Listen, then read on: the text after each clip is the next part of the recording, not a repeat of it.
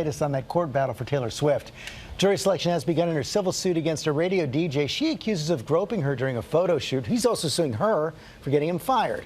ABC's Clayton Sandell is at the courthouse in Denver. Good morning, Clayton. Hey, good morning, George. One of the first things today, both sides will start narrowing down that list of potential jurors. But one of the big challenges here is finding a jury that can be impartial when there's a superstar in the courtroom. Security at the Denver Federal Courthouse this morning is tight. Opening statements expected today in Taylor Swift versus David Mueller.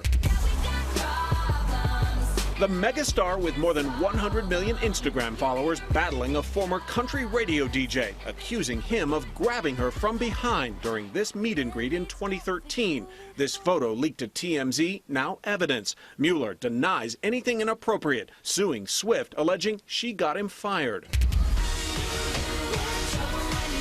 The two face-to-face Monday in front of potential jurors who answered questions like, have you ever considered yourself a fan of Taylor Swift? And have you ever gone to a Taylor Swift concert?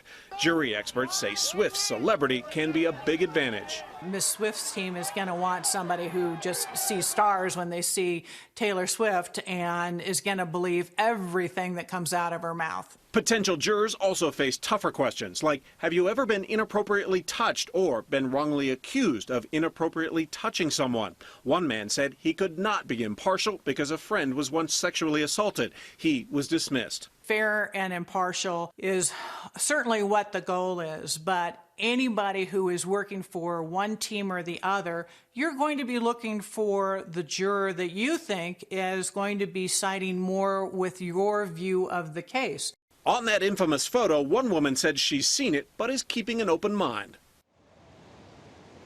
They hope to have 8 jurors seated by noon, then we'll have opening statements. Now, Taylor Swift is required to be here for the entire 9-day trial, and she is expected to testify. George? Okay, Clayton, thanks. Let's talk to Dan Abrams about this right now, our chief legal analyst. He laid it out there. It is pretty tricky to pick a jury in these circumstances, starting with Taylor Swift's celebrity. That's right. I mean, the first thing you do is you have a form where the jurors, prospective jurors, answer all these questions. And one of them is, are you a Taylor Swift fan? Do you have family members who are Taylor Swift fans? And you get rid of the super fans, right? The super fans aren't making it on. They're not making it onto the jury, so you don't have any concerns about that. But you have more of a concern of the people who know her to some degree, have family members who know her, like her, etc.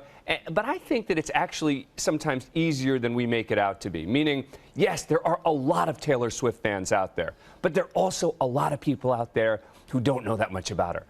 And you see that in all these high-profile cases is you are able to find people who don't know that much about her and about the case. So what are the other challenges here? Well, I think the most important issue, and that was the other question that was mentioned, is have you or someone you care about or love ever been the victim of a sexual assault? Remember, this is a celebrity case, yes, but in reality, this is a sexual assault case.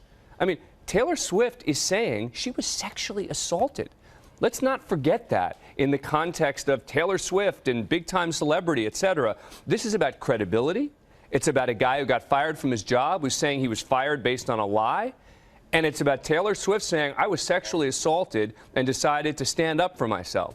Those are the kinds of issues that I think are more important in figuring out who do you want on this jury than Taylor Swift fan, not Taylor Swift fan, etc. Because the credibility, not just of Taylor Swift, the celebrity, but of Taylor Swift, the person, and of this DJ, the person, based on what they're saying happened, becomes critical in this case. Well, but that's going to be the thing that everybody has to sort of wipe away once they're sitting on that jury pool, the personas around the two people. And it will come down to their testimony. And that's why I said this yesterday, her testimony becomes critical. The only way I think she really has a danger of losing this case is if she's terrible on the witness stand, if she doesn't come across as credible. It's a really tough case for him. And as a result, he's going to have to be terrific and credible. So those are the key issues in the case. Dan Abrams, thanks very much.